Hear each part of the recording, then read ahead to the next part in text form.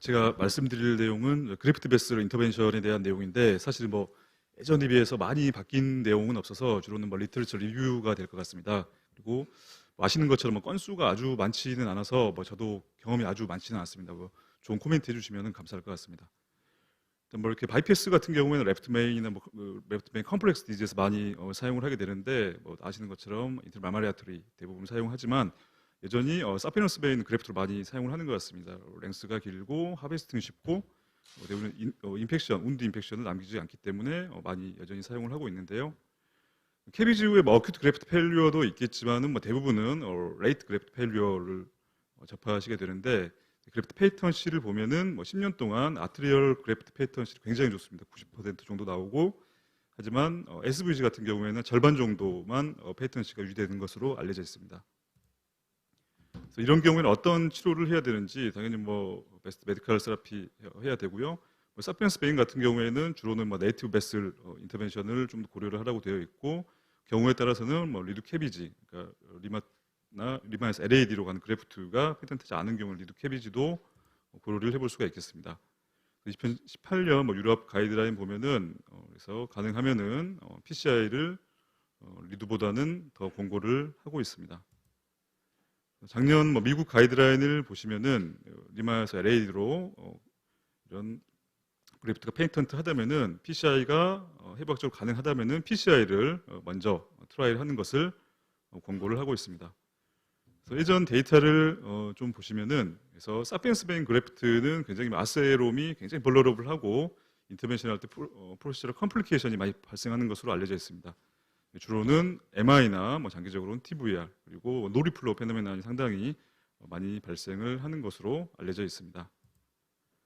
그래서 이거는 라지 레지스트리 멀티센터 레지스트리 데이터이고 비교적 최근 데이터입니다. 보시면은 사피엔스 베인 그래프트를 시행을 했을 때 논 사피엔스 베인 그래프트 인터벤션을 시행한 경우에 비해서 카디액 모탈리티나 MI, 스텐 스로모시스 등 하드 클리니컬 엔드포인트가 모두 좋지 않은 것을 확인하실 수가 있습니다. 특히 사피엔스 베인 그래프트가 크로닉 오클루전을 보인 경우에는 되도록 굳이 베네핏이 없기 때문에 컴플리케이션 감수하면서까지 제가 인터벤션 할 이유는 없고 가능하면 환자분 이렇게 이스케미아 해소 목적으로 이렇게 네이티브 베슬 가능하면은 더 인터벤션을 시도하라고 되어 있습니다. 그래서 이런 아트리얼 그래프트에 비해서 사피너스 베인은 더 좋지, 패턴 C가 좋지가 않고 시술을 할 때 노리플로우나 이런 페리프스 MI가 훨씬 많이 발생을 하는 것으로 알려져 있습니다. 그럼 이런 치료에 대해서는 이제 벌룬 안지오플래스티도 시행을 해볼 수가 있고 스텐트에 관해서는 DS와 BMS를 비교한 두 개의 트라이얼이 있습니다. 초창기 트라이얼은 BMS 벌룬 안지오플래스티 비교를 했고 아직까지 뭐 인컨클루시브 리절트입니다. 그 국내에서는 아마 이게 어려운 것으로 알고 있는데 미케니컬 EPD 그러니까 엠볼릭 프로텍션 디바이스를 사용을 했을 때 비교적 최근 데이터는 상당히 좀 프로미싱한 리절트를 보여주고 있었습니다. 가이딩 카세터는 이게 역시 이제 오퍼레이터 경험이 중요하고 확실하게 이제 인게이지가 잘 되는 게 중요하게 되겠습니다. 그 해부학적인 모양에 따라서 뭐 여러 가지 카세터를 뭐 써볼 수가 있겠고요. 저는 주로 이제 AI를 많이 사용을 하는데요. 초창기 이제 세이브드 트라이얼인데 베어메탈 스텐트와 벌룬 엔지오플라스티를 비교했던 연구이고 우리는 바이패스 그래프트 페일리어인데 아토리와 베인 그래프트 페일리어가 다 포함이 되어 있습니다. 그럼에도 불구하고 저희가 BMS를 했을 때 엔지오플라스티보다는 훨씬 롱텀 아웃컴이 좋았었고요. 이거는 RCT인데 베인 그래프트 페일리어만 포함한 연구였습니다. 그래서 비교를 해봤을 때 BMS와 벌룬을 비교했을 때 이 연구에서도 BMS가 좋았었는데요. 이제 너무 이제 오래된 연구들이어 가지고요. 이제 스텐트 사이즈도 굉장히 중요하게 되겠는데 이거는 이제 그 홍영준 교수님이 미국 데이터를 통해로 이제 비교를 했던 연구가 되겠는데 그래서 스텐트 사이즈 사실은 이제 저희가 이제 벌러러블 플렉 인터벤션 할 때 비슷한 개념인 것 같습니다. 그래서 오버 사이즈가 되면은 디스엠블라이션 늘어나고 노리플로 같은 컴플리케이션 늘어날 수 있다라는 거 되겠고 그래서 스텐트와 아이브 수상으로 확인한 레퍼런스 베슬 다이아미터를 비교를 해서 세 그룹으로 나눴었고 레이쇼가 클수록 플렉 인트루전이 아이브 수상에 늘어났고 페리프스 MI가 훨씬 인시던스가 많았다는 것을 확인하실 수가 있습니다. 그러면은 사피엔스 베인 그래프트 페일리어에서 BMS와 DS를 비교한 연구를 보시면은 오래된 연구인데 이사 캐비지 연구이고 BMS와 DS를 비교를 했고요. 데스와 MI, TLR 레이트를 비교를 했습니다. 보시면은 1년 동안 확인을 했을 때 DS가 BMS에 비해서 굉장히 아웃컴이 좋았었습니다. 하지만 롱텀으로 5년을 이건 랜드마크 애널리시스고요. 5년을 팔로우업을 했을 때 그래프를 보시면은 2년째부터는 거의 이렇게 차이가 없어지는 것을 확인하실 수가 있습니다. 그 이유는 DS 그룹에서 특히 이제 TVR 레이트가 굉장히 드라마틱하게 올라갔기 때문에 차이가 없었던 거여서 결국은 5년까지 DS 1년 동안 보였던 이 DS 베네핏은 나머지 2년에서 5년 동안 차이가 없어졌다는 것을 확인하실 수가 있습니다.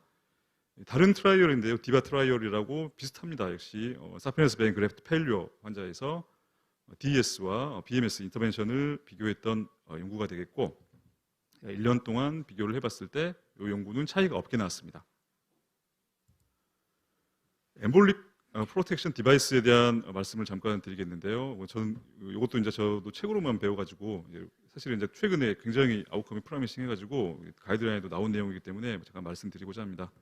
그래서 사피엔스 베인 그래프트 레전이 있을 때 인터벤션 전에 미리 이렇게 두 가지 종류가 있는데 필터가 있고 벌룬이 있는데 주로 이제 벌룬을 많이 사용하는 것 같습니다. 벌룬으로 오클루전을 하고 이 샤프트 따라서 스탬팅을 하고 여기 있는 이제 플렉 데브리스나 이제 그런 것 스론바이 등을 미리 이제 여기서 다 아스퍼레이션을 하고 마지막에 벌룬 디플레이션을 하는 것 같습니다.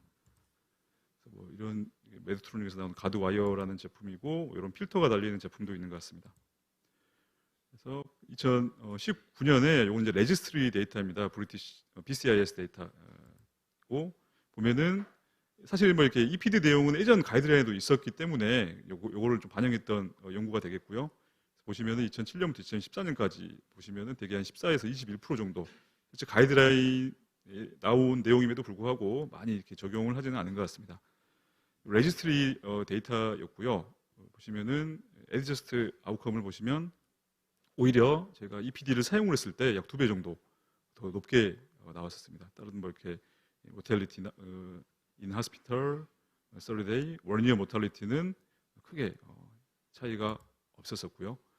이거는 가장 최근에 나온 제가 트라이얼입니다. 서클레인에서 나왔던 트라이얼이고, 그래서 이런 사피엔스 베인 페일리어 환자에서 아까 이제 벌룬 EPD와 그런 엠볼릭 프로텍션 디바이스 없이 제가 스탠팅을 진행했던 그룹을 랜덤을 해서 비교했던 연구가 되겠는데 프라이머리 엔드포인트 30데이를 봤었는데 EPD를 사용을 했을 때 훨씬 좋았었습니다. 주로는 노리플로우가 줄었었고요. 페리플러스 MI가 많이 줄었습니다.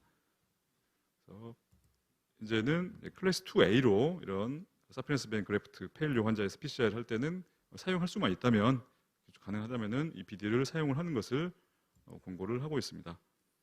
뭐 케이스가 아주 많지는 않은데요. 제가 뭐 가장 최근에 했던 케이스는 아나스토모트 사이트 벌룬 안지오플레이스 했던 케이스가 굉장히 뭐 심플한 케이스여가지고 이렇게 다른 케이스를 갖고 와봤습니다. 65세 남자였고 KBG를 10년 전에 했습니다. 리만 LAD였고 SVG에서 PDA와 썩으로 가고 있었고 에코에서는 MI 쪽에 월모션 모노멀티가 있었습니다.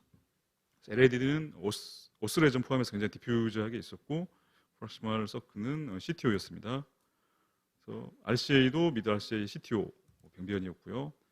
리만은 페이턴트였습니다. 리만은 페이턴트였기 때문에 했고 사피엔스 베인을 보면은 RCA 쪽은 그래도 괜찮지만은 서크 쪽으로 가는 쪽에 약간 세퀀셜 레전이 있었습니다. 그래서 가이드라인에 따르면은 뭐 리마에서 LA 들어온 페이턴트하기 때문에 이거 환자는 명확하게 MI였습니다. MI였기 때문에 이거를 인터벤션을 계획을 했고요. AR1으로 쪽으로 가이딩했고 좀 이렇게 스테이블하게 하기 위해서 RCA 쪽으로도 와이어를 넣어놨습니다. 2.5 벌룬으로 양쪽을 했고 저기 소름바위가 좀 보입니다. 얼티메스터 스텐트를 이쪽에 먼저 넣었었고 다행히 플로우가 조금 떨어지긴 했는데 그래도 괜찮았었습니다. 환자는 페인이 약간 생기기 시작을 했었고요. 프락시멀 샤프트 쪽으로 3.5mm 벌룬을 버스트 프레즈까지 줬더니 아니다 다르게 노리 플로우가 생겨가지고 니크로안딜과 앱시스맵 사용하고 좋아졌습니다. 환자 뭐 시술은 뭐 잘 끝났었는데요. 그래서 마지막 플로우는 TB3 잘 획득이 됐고 그래서 가능하면은 혈관의 사이즈 잘 맞춰가지고 스텐트를 하고 하이 프레저는 좋지 않겠다라는 경험을 얻을 수가 있었습니다. 리마 인터벤션 같은 경우 워낙에 제가 한 인터넷에서 하는 경우 자체가 적고 성공률도 좋기 때문에 아주 많은 말씀을 드릴 건 없을 것 같은데, 그래도 중요한 거는 아나스토모틱 사이트는 스텐트보다는 이렇게 벌룬 안지오플라스티만 하는 것도 좋겠다라는 겁니다. 그래서 리마 할 때는 제일 중요한 거는 저기 서브클라비안 아토리에서 리마 쪽으로 오스티얼 쪽에 병변이 있는지 또는 이제 문제는 없는지 확인을 반드시 해야 되고요. 그럴 때 이게 다이색이 될 수 있기 때문에 역시 중요하게 생각을 해야 되고, 굉장히 토토스한 인터널 마마리 아터리 같은 경우에는 와이어가 들어가면서 아코디온 이펙트가 생길 수 있기 때문에 슈도 레전이 볼 수가 있기 때문에 그런 부분도 잘 생각을 해야 되고요. 그래서 요 한 장으로 좀 말씀을 드릴 수가 있겠습니다. 베인 그라프트 같은 경우는 워낙에 인터벤션한테 성적이 좋지가 않습니다. 그래서 사용할 수 있다면은 이 PD를 반드시 사용을 하고 있고, DS가 좋을지 BMS가 좋을지는 아직까지도 이거는 확실하게 나온 것은 없습니다. 하지만 BMS는 거의 뭐 사용을 하고 있지 않기 때문에 대부분 DS를 사용을 하실 것 같고요. 그래서 꼭 인터벤션 해야 되는 상황이라면은 네이티브 S를 인터벤션을 하는 것을 권고를 하고 있고, 아터리 쪽은 리마 쪽 오스티움 반드시 서브클라비안에서 오스티움 확인하고 슈도 레전이 생기지 않은지 확인을 해야 될 것 같습니다. 그리고 가능한 추후 리두를 위해서 레디알 아터리는 프리저베이션 하는 것을 공고를 하고 있습니다. 그래서 사피엔스 베이는 굉장히 중요한 내용이라고 생각이 듭니다. 그래서 포스트 벌룬 딜라테이션을 가능한 한 피하고 벌룬과 그래프트는 1대1 사이즈를 선택을 하고 스텐트는 큰 스텐트를 안 사용하는 것이 좋을 것 같습니다. 예, 경청해 주셔서 감사합니다.